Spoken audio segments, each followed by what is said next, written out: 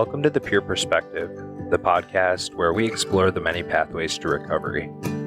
I'm your host, Kyle Van Blerkum, and I'm thrilled to have you here with us today. At The Pure Perspective, we're on a mission to shine light onto the journey of healing, resilience, and hope. Each episode, we bring you powerful stories of individuals who have faced substance use and mental health challenges head-on, along with insights from trained professionals and family members offering unwavering support.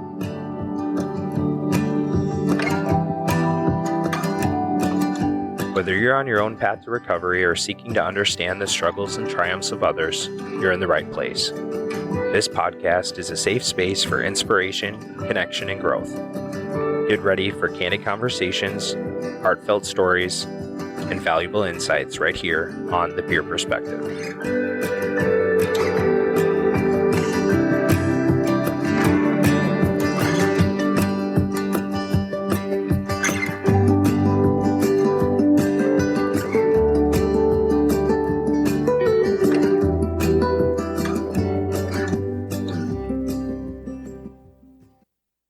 Welcome back to The Pure Perspective. Today we're delving into alternative recovery methods with our special guest. Christy Sperling is a licensed substance abuse counselor, a mother, and an advocate for holistic recovery, and she brings a unique lens to the table. Her diverse background and personal journey offer invaluable insights into unconventional paths to healing. All right, Christy, so I just want to thank you for joining me today on my podcast. So we got a chance to talk a little bit before this, and I didn't turn the machine on here to actually record us. So we were talking for about 10 minutes, but it's okay. We're going to roll with it. Yeah, obviously not meant to be. So yeah. Okay. So I believe in second chances, you know? Yeah. Okay, so maybe, I guess, if you don't mind, start from the beginning. So Christy currently is a substance abuse counselor. She's in recovery, and maybe start there. Your history with substances, how you got sober. Yeah, that's hard to sum up in a few minutes, but I'll say that, my first treatment was when it was like the summer of 8th grade. So I was abusing substances pretty significantly early on, and I was, the way I define addiction is sort of like that feeling, like that internal intuitive feeling, like when you start, like you just want more. It's just that feeling of like, I mean, if you are one of us, like you get that. And I had that like from the get-go. I had some trauma, and when I started using, I didn't use for like recreational purposes. I wasn't like, oh, let's go have some fun. I was like, I want to get numb, And so, like I said, from the get-go, it was like off to the races for me. Drug of choice was meth, but I liked them all. Yeah. So towards the end, I was using needles and had, been in jail several times, been through treatment several times, suicidal ideation attempt, toxic relationships, blackout drunk, you name it, like the whole 9 yards. Yeah. All the things that come up. And, I wish I could say like, oh, well, I was just sick and tired of being sick and tired, but that wasn't my story. It took getting sentenced to 8 months in jail, being transferred to 3 different counties for several different warrants. And then recognizing that I felt more free when I was in jail than I felt out there getting high. It was like the imprisonment of drugs was heavier. I don't know that I'd rather have spent sober time in jail, but it felt like that. It was like, oh my gosh, like that, like when you first get sober, there's like this childlike energy that you just haven't had in so long. Like creativity starts, cropping up and all sorts of stuff. So I remember thinking like, maybe I could do something like this. Yeah. So anyways, for me, what worked really well was, doing the 12 steps, sort of this traditional way and getting a sponsor and taking suggestions. And it's kept me sober for 13 years. Yeah, you just celebrated your 13th year on Friday. Yeah, it's wild, I got into the field of substance use counseling Well, I was about 21 years old, so I was counseling adult men. Wow. And they would sometimes say, like, how old are you? And I'd say, oh, well, counselors don't reveal their age or whatever. Can you imagine having a counselor who, like, just became legal age to drink? Wow. Yeah. Yeah. So you were counseling adult men at 21 years old. Yeah, wow. Basically. Yep. Wow. Exactly. That's awesome. So yeah, tell me a little bit more about your career and how your, that's progressed. Right now, I'm working at a facility for adult men. It's low intensity residential, and basically, that's a new way of saying it's a halfway house. Okay. It's if a sober house and a primary treatment center were to have a baby, it'd be something like a halfway house. So the structure, it's like a programming. I don't know if that's a politically correct way to say it, but you have like groups, and then they can work or Absolutely. something outside. Yep. Okay, they can work. We do have day groups, and they do one-on-one sessions with their counselor. Okay. I was saying this earlier. The thing I really like about working in a facility like this is the fact that the guys who come are generally a little bit more prepared. Sure. For doing the deeper therapeutic work, rather than when you get clients who are in their first 30 or 60 days. They're still detoxing. Their brain's still. I mean, don't get me wrong. Their brain's making a lot of changes for a long time. So they're a little bit more serious in their recovery by the time they get to you. I would say so. Got it. Okay. Maybe a little bit more capable of retaining. Yeah. Right. Yeah. And then you had mentioned that you had worked at a women's treatment facility at some point. Yeah, I haven't worked in co-ed, but I hear. It's interesting. I hear stories, but I've worked with women, also adult women, in a really cool holistic program in California, and that shifted my perception on recovery. Yeah. Completely. It's not that I've always been sort of a hippie, so the holistic piece worked for me.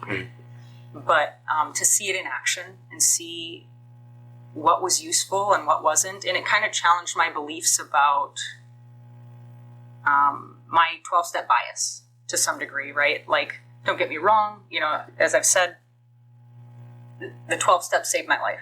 And I think they're super useful, tried and tested way of getting sober, but not everyone is willing to do it.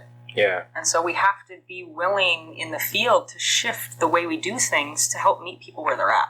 Do you feel like some people are a little more rigid to that concept as far as recovery without the 12 steps?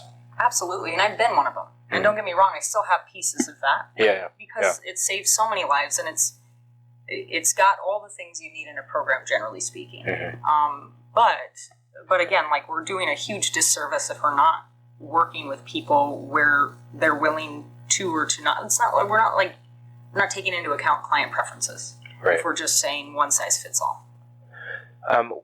What would you say to someone who, does kind of have that, idea about 12 steps, or they've had a bad experience or whatever that I know that I've personally talked to people that are like, I'm not really into the 12 steps. Like, I had a bad experience, whatever the case may be. What would you say to someone who, wants recovery, but, Yeah, this would be more than a conversation. It would probably be a few sessions. Okay. But really, it's a common thing that I go through. I think, working in this field, I say, try things out. Like, before, it's different if they've never tried it versus if they've tried it, they had a bad experience, something like that. I say try different meetings, right? But if they're saying, I'm just not, 12 steps just isn't for me, right? I've had to really reflect on what the common elements are in successful recovery. Yeah. Because I know people who don't work the 12 steps that stayed sober, right? I know a guy, a client of mine, stayed sober for 20 years. Wow. And he was not a 12-stepper. He wasn't super against it. I think he did have a bad experience, now that I think about it, though. I think somebody said, it's only alcoholics here, not people who smoke pot, as well, or something like that. Yeah. It's one of those very traditional things. And he was able to stay sober 20 years. And, so, constantly having clients talk about what's worked for them and what hasn't. Mm-hmm. I feel like to some degree I've found some things that are commonalities amongst people who have successful recovery. And these are things the 12-step offers, but you can get them in other ways too. Yeah. So maybe what are some other ways that you can get or, find or that you've seen where people find recovery? I mean, I know that there's other meetings. One example off the top of my head is like a recovery cafe. Mm-hmm. But I know there's others out there. Are you familiar with any other? Yeah, totally. I think one that I recovery cafe is great. Conscious recovery is one that's not very popular around here, but in California, it's gaining a lot of popularity. Recovery Dharma. Recovery Dharma. I've heard of that too. Yeah, I think it's Refuge Recovery and Recovery Dharma were one at one point in time. And for those of you who don't know, it's a program for Buddhist recovery, but it's quite secular. So it's not like, you start with a meditation and it's not super heavy in theory. Oh, I'm trying to think. Smart Recovery? Is that 12-step based? It's not 12-step based. I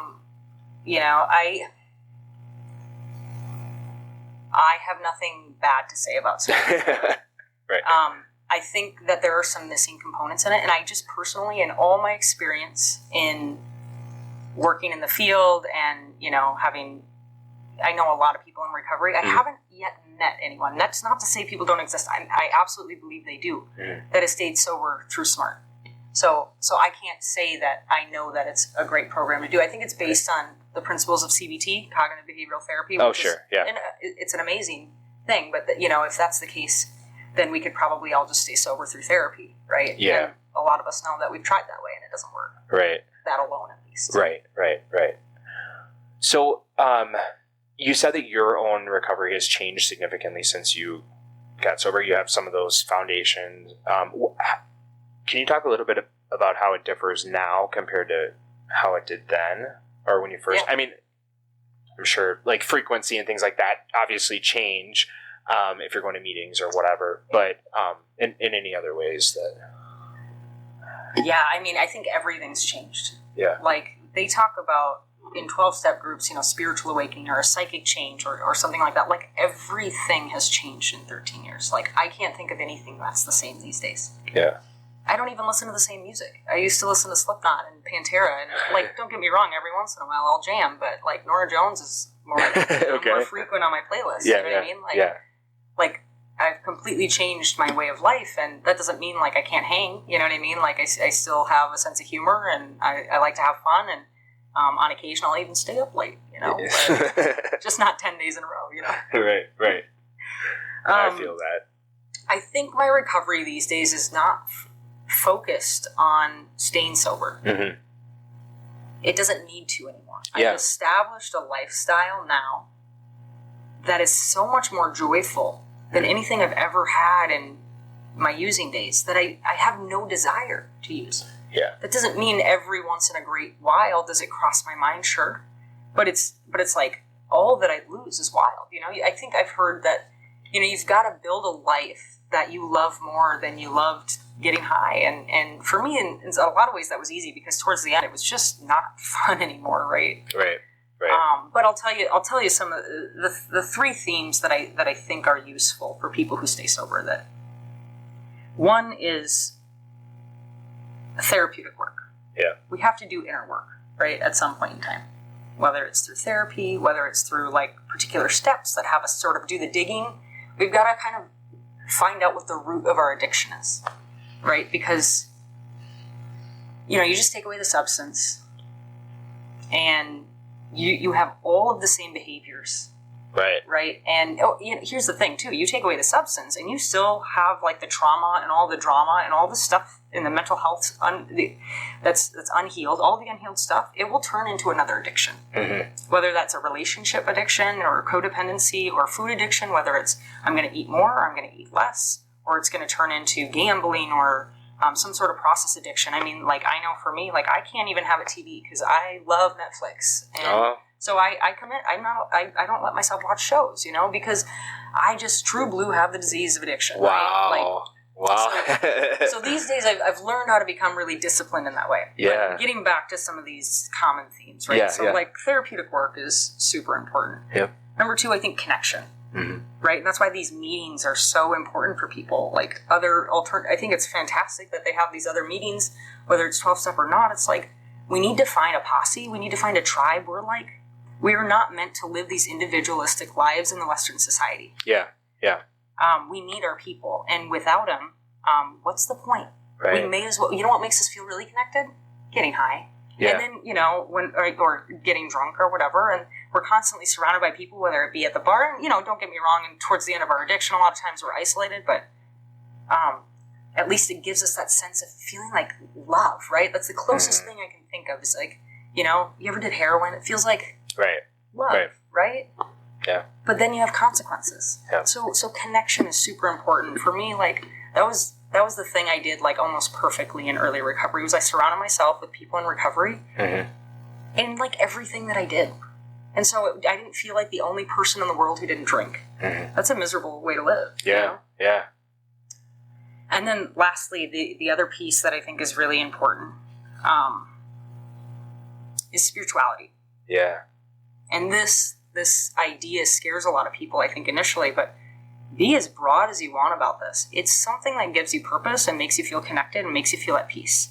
It's like, what is it that's giving me the fire to live? Because if I just see things as they are in this kind of bleak world, like, again, I'm going to want something different, right? So, I think it's important to find something higher than the egoic self to rely on, to go for, when the humans fail us, like they do, when we need answers, when our thought system is no longer working for us, which doesn't, have you ever just tried, like, even if you're not one of us, right, in recovery, it's like the human ego thinks it knows how to be happy, but how many people are truly happy, in their relationships and in their work? And no, we're like, we just don't know how to do things. We've been conditioned incorrectly. So part of spirituality is learning how to be reconditioned, and hopefully through something more loving, right? And I think, when you come up with these ideas of higher powers or whatever,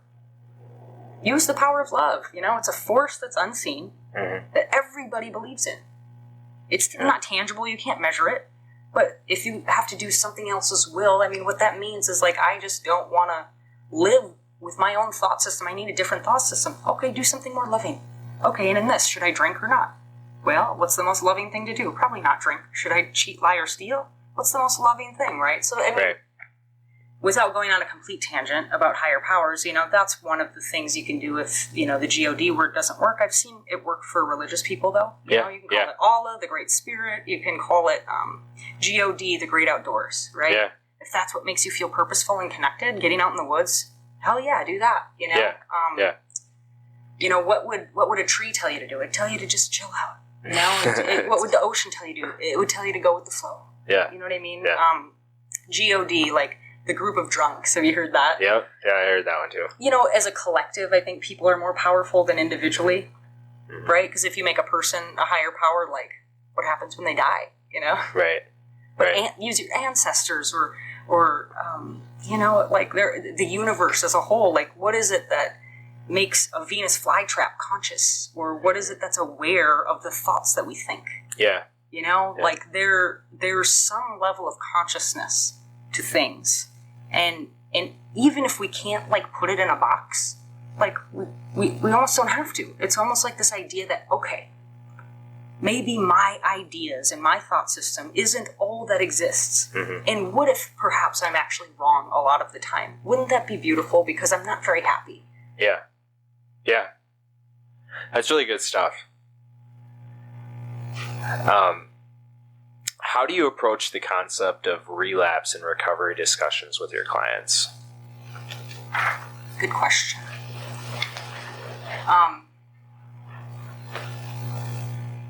I knew this was going to be a good interview. I just had a hunch.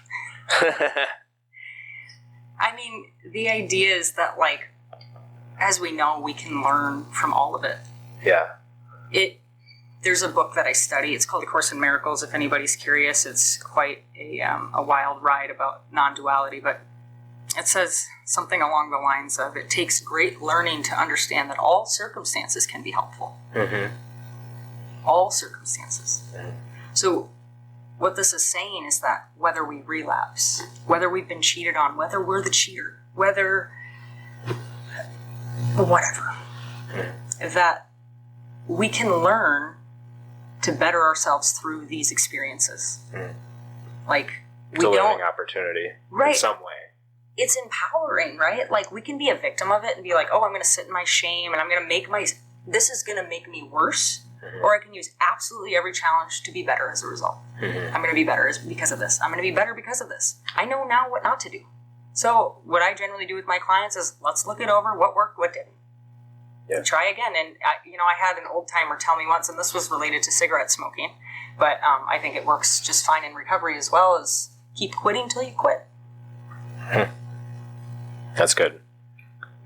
Are there any lifestyle changes that you correlate with people that are successful in recovery?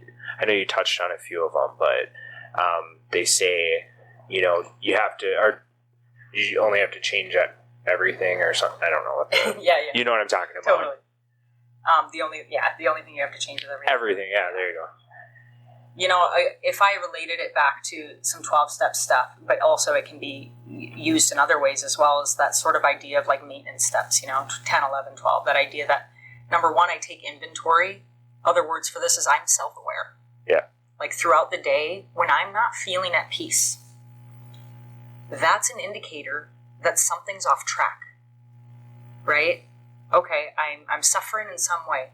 Like, what needs to shift? It's like when you have the stove, right, and it's hot. Mm-hmm.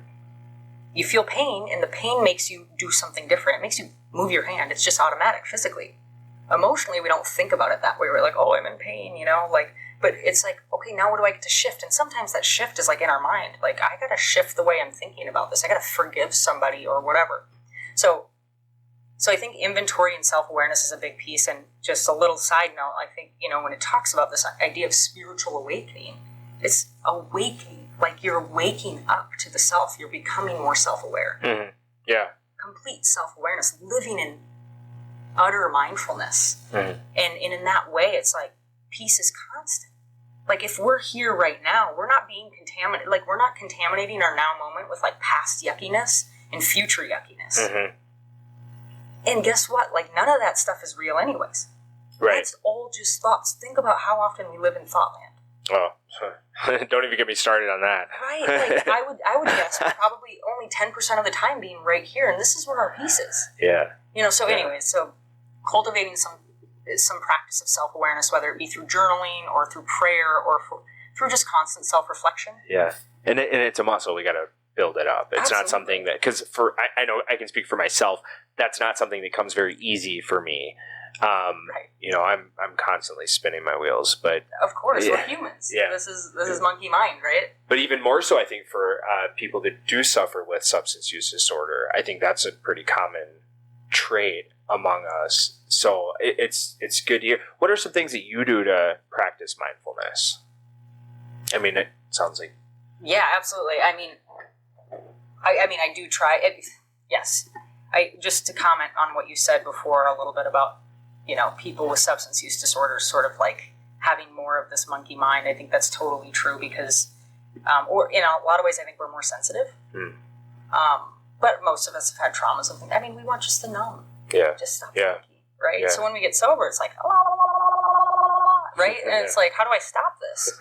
And so we go to other compulsive behaviors. But yes, mindfulness is sort of like a slow burn, right? Like it doesn't, you don't start to see the results right away. It's not that instant gratification we're used to. But for me, I have a pretty, I really try not to miss a day of meditation. Okay. So I Do you meditate. start your day with meditation? I have a kid, a 2-year-old, so Yeah, I can relate to that. I do it when I can. Sure, yeah. But even that doesn't stop me, right? I find a way, like, because it's super important in my practice. Like, I would say that meditation and healthy eating is basically my medication and exercise, right? Like, there's no, like, I have nothing against pharmaceuticals. By Sure. all means, I think it can be really useful for people, particularly in early recovery. Yep. But You know, I certainly would qualify for ADHD, anxiety, several different disorders, I'm sure, at some point in time or another. But again, these behavioral pieces just really support me, that I don't need to take medications for it. Like, yeah. Before I came here, I meditated, right? Like, I don't need to take my PRN, right? And either's fine, but I don't have side effects with meditation. Not medication. Right. Yeah. Right. So I think, what was the original question? You had said just something some like, things that you might do for meditation or to practice mindfulness on your own. And but the question before that, you had said something about some of those things that you think long-term recovery needs. And I think I said inventory, and the second piece being some sort of spiritual practice, right? Like whether it be walking in the woods, prayer, meditation, chanting, yoga, anything really, like whatever makes you feel connected and peaceful. Right. And then the other piece, though, I think is important, is service. Yeah. So helping other people. Yeah. In essentially finding those things that that make you lose time. Mm-hmm. Like Live for in the me, moment. like being of service is one of those things. Like, and that maybe isn't for everyone. Playing music is one of those things. Getting in the woods, right? Yeah. Like I could just be there, and I'm not like looking at the clock. I'm not like, when's the next moment? When's the next moment? What's going to be different? These outside things we're constantly looking for to like finally make us feel like we're going to be at peace. It's like, those are my things. I think everyone should find those things. It's essentially purpose, right? Yeah. That's good stuff. I love it. Okay. So I have some questions here that I prepared. Are there certain mindset shifts or cognitive changes that seem to promote successful recovery? Oh, good question. Absolutely. Now, when we think of traditional recovery, we think of acceptance and gratitude. Mm-hmm. Right? I think those two, if practiced every day, could lead us to a life of like complete peace. Being more happy, right? Because you're focusing on the positives versus, maybe what you don't have or whatever. Yeah, I can agree with that. Absolutely. Yeah. But also, I think that idea of like recognizing our power. And what I mean by that, I think acceptance and gratitude also can fall into this category. But it's like that idea that I don't have to be a victim of anything because I have choice in the way I think about it. Yeah. That's sort of a shift, right? Because especially in addiction, we're so used to like blaming all people, all circumstances, like why me? And in early recovery, it often bleeds into that, and it's also sometimes just the human condition. Yeah. We want to see things, we're constantly projecting our own yucky stuff onto everything else around us. Right. And in recovery, we get an opportunity to take responsibility, and though it's more painful, it's more empowering. So my happiness is my choice. Now, don't get me wrong. Grief happens. Recovery does not guarantee that life will just automatically go all my way now. Mm-hmm. But it means we have the skills to shift the way we're thinking about it so that we can have a more peaceful experience as we go through it. Right? Like, do I cry these days? By all means. I cry more now than I probably ever have in my life. Mm-hmm. But that doesn't mean I'm like, oh my gosh, like life is so hard. It's like, no, I get to feel things. Right. And that's a shift. Mm-hmm. Right? Like, and it feels good. It's like, oh, this is a release. Mm-hmm. I needed to feel that. So I think shifting the way we think about things is the work. That's all. That's what recovery is. Yeah. That's good stuff. All right, what else do I have here?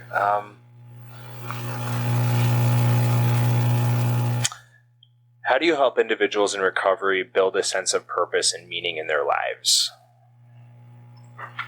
I just ask them questions. Yeah. Like really the counselor's not super important. You know, I'd love to think that I am. My ego would, right? They're doing the work, though. They're the ones, they've got to be motivated. Yeah. But I get to, see where maybe some discrepancies lie. Yeah. Ask some questions, but, what is it that makes you feel purposeful? What makes you lose time? What makes you feel connected? What makes you feel loved? Besides drugs and alcohol. Right, Things that don't have consequences. Okay, do more of that and do less of the stuff that doesn't align with that. It seems so obvious sometimes. But that doesn't make it easy to make those shifts. Right.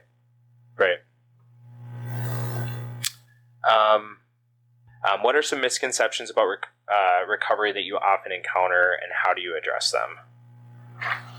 Misconceptions about recovery. That once I take the drug or the alcohol away, that life will just get better. You know? And that, I think, is one of the most common misconceptions. And I think it's also,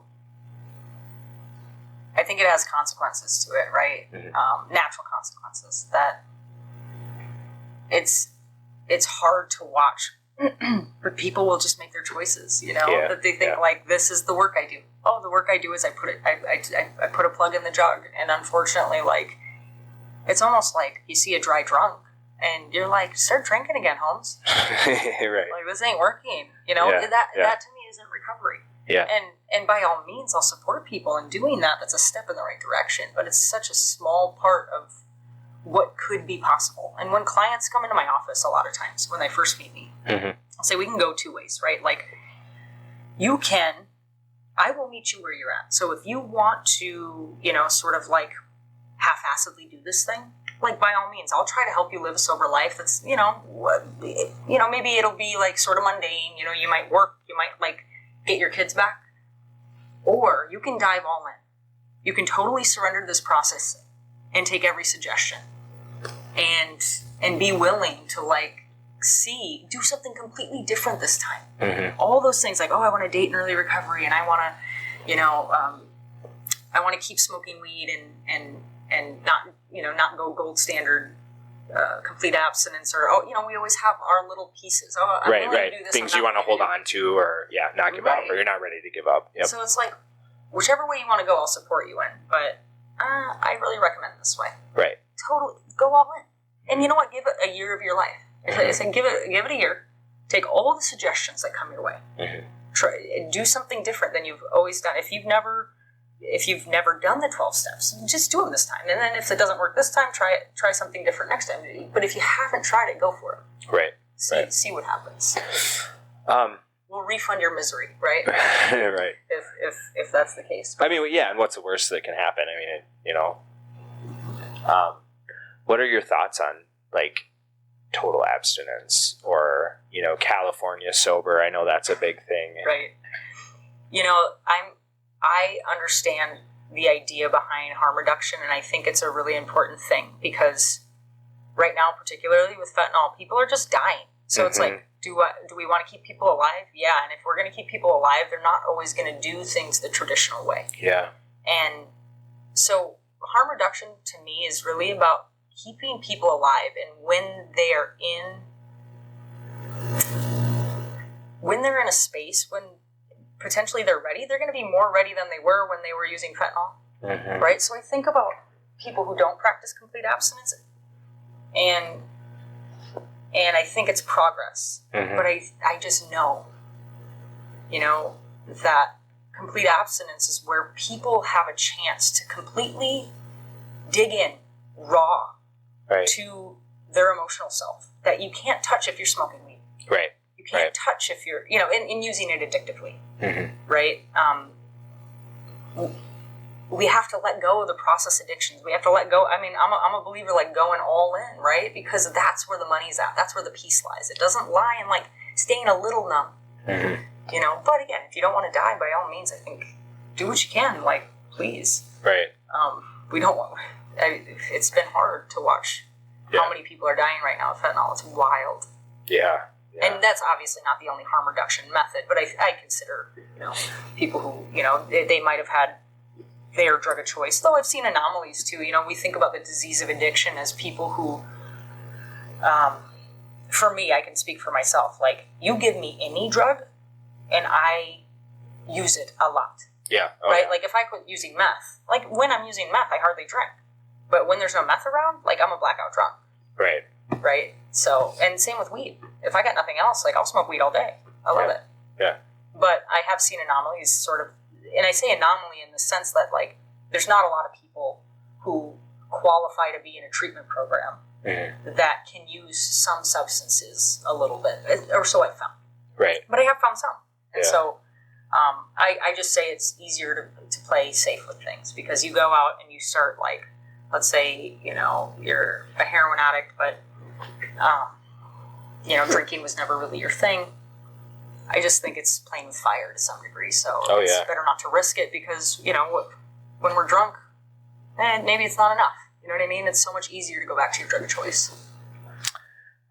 What would you say are maybe some missing pieces in the treatment system? I'm sure you see it all, but there's gaps, right? Can you talk a little bit about? Oh my gosh, this could be another podcast completely.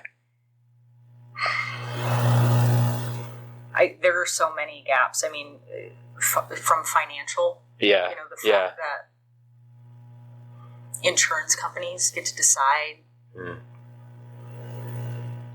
And I know a majority, specifically in the treatment centers that are around here, they're funded through Minnesota, even though they come over to Wisconsin. That's right. So funding in different states, absolutely. I think the Rule 25 program is a beautiful thing. Mm-hmm. They found that, through the state of Minnesota, that if they pay for treatment for people, that they actually save money in the long run from crime and keeping people in jails and all sorts of things. Right.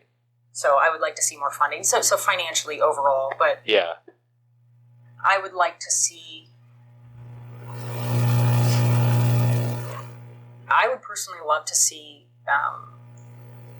professionals trained in different ways. Yeah. I think to some degree, we do well with that, but more so trauma-informed care. Sure. If you understand that term, right? Because what we're finding as we continue in this recovery field is that almost every single client comes with a significant amount of trauma. Sure. In fact, I can't even think of the last time I worked with someone who didn't have some sort of big trauma in their life. And so the relation there, and that might be one of those areas that the 12 steps doesn't really touch. I mean, obviously through a fourth and fifth, you go through, you do some of that digging work, but making sure that we learn how to talk to people and have those conversations in a trauma-informed way, I think is really important. Yeah, and I really think offering, alternative healing modalities can really support recovery as well, but that's another funding issue, and they can do that more in the private sector than they can in a place like where I work. It's mostly funded through medical assistance, so all of that all depends on the sort of funding you're getting. Right. Good stuff.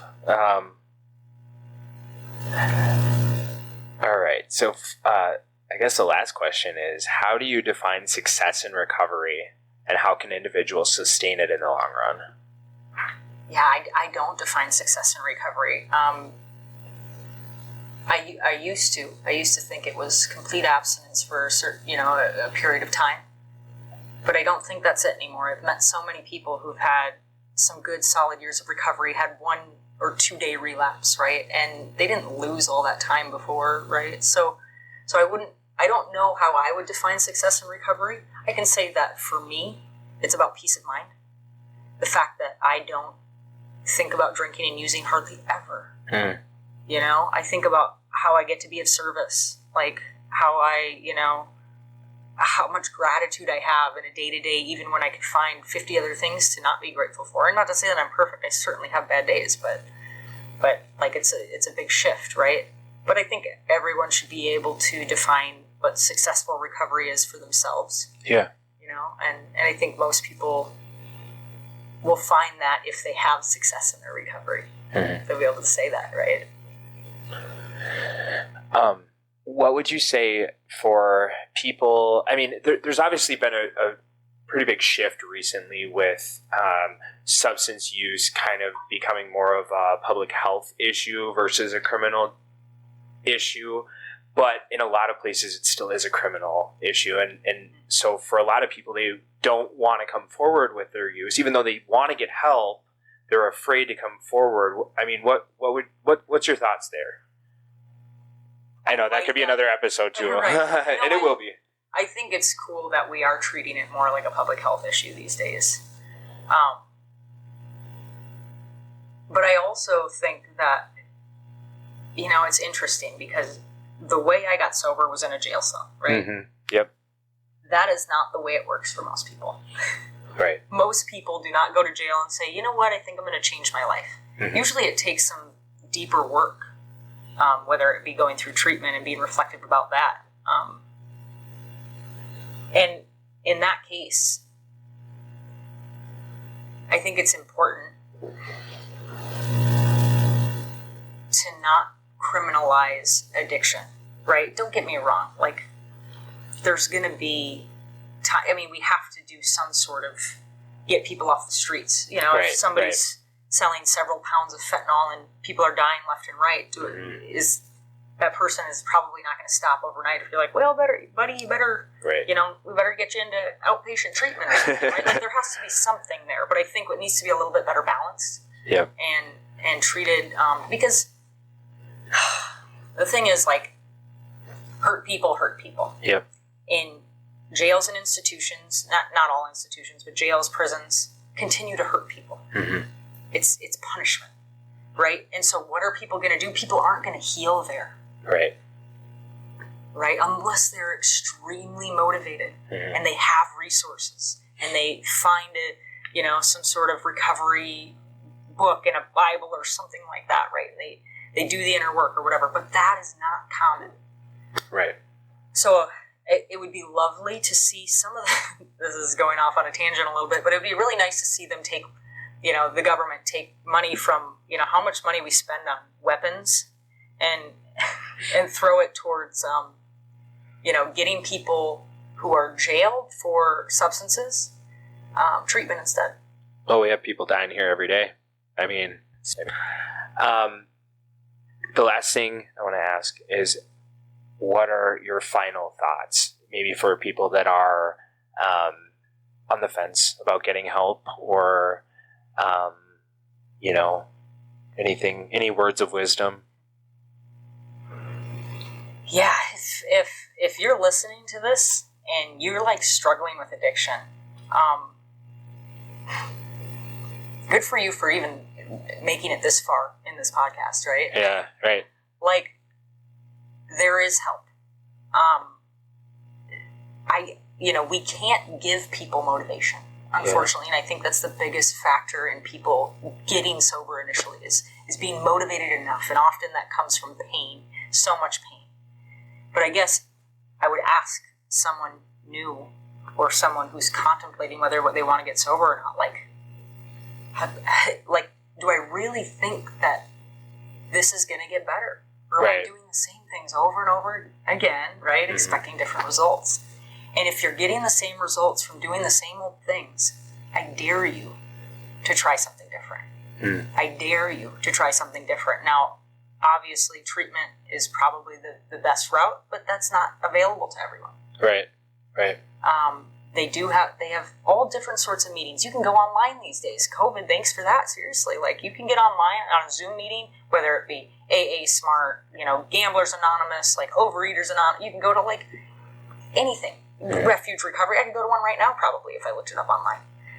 It's available to us at all times. Like, reach out for help. There are people who want to help. And that's part of their own program a lot of the time, is being able to help others who are newer in the program. There's help out there. So just, the thing is, like, initially it's going to suck, right? It's not going to be easy, and that's why so many people, I don't like to use the word fail, but just for the purpose of time right now, like, that's why so many people relapse right away, because it sucks at first. Your brain is going through a lot of changes. You're used to you have these really, really strong neural pathways, and then you stop abruptly, and now, like, your brain is like, give me more, right? And so, yeah, it's going to suck at first, but nobody, like, started out being really fantastic at something. Like, Babe Ruth probably didn't, like, come out of the womb, like, hitting baseballs, right? He was a baseball player, right? Right, so the idea is, like, it's going to take some time and practice, but I can say that if you just, from my experience, not to say that I'm a know-it-all or anything like that, but I've worked with a lot of people. I've been in recovery for a long time. I've sponsored other women. It gets better. Right. It gets better. And I can say that the life I live today was not even a pipe dream of the life that I thought I wanted to live when I was in that jail cell. Like, I just wanted to get off probation, get my driver's license back, maybe get my GED. I had nothing else beyond that. I didn't know I'd be traveling to, 18 different countries and, going to college and getting my bachelor's degree and being interviewed for a podcast. Right? Yeah. I didn't think about those things because it was just not fathomable. Yeah. But with work and persistence and patience, things will get better. That's just the way it works. People wouldn't stay sober if it didn't get better, right? You wouldn't see people in long-term recovery if they're like, well, this just still sucks. So keep going. That's all. Well, I want to thank you for joining me. It was very informational, enlightening, all the things.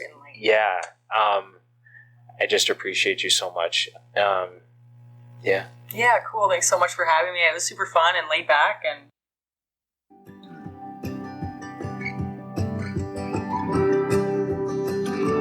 Thank you for joining us on this inspiring journey of strength and recovery.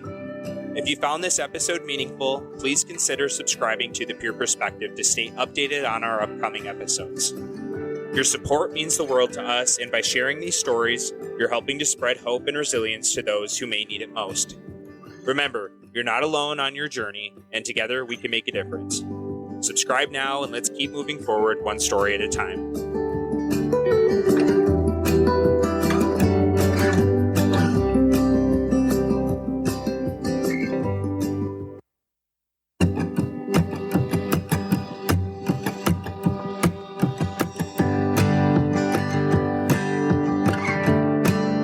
Thank you for joining us today on The Pure Perspective. We hope you found our discussion insightful and valuable in exploring alternative recovery methods. If you or someone you know has a story to share, reach out to us on Facebook. We're always eager to hear diverse perspectives and stories of triumph on the journey to recovery. Until next time, stay inspired and remember, you're not alone on this path.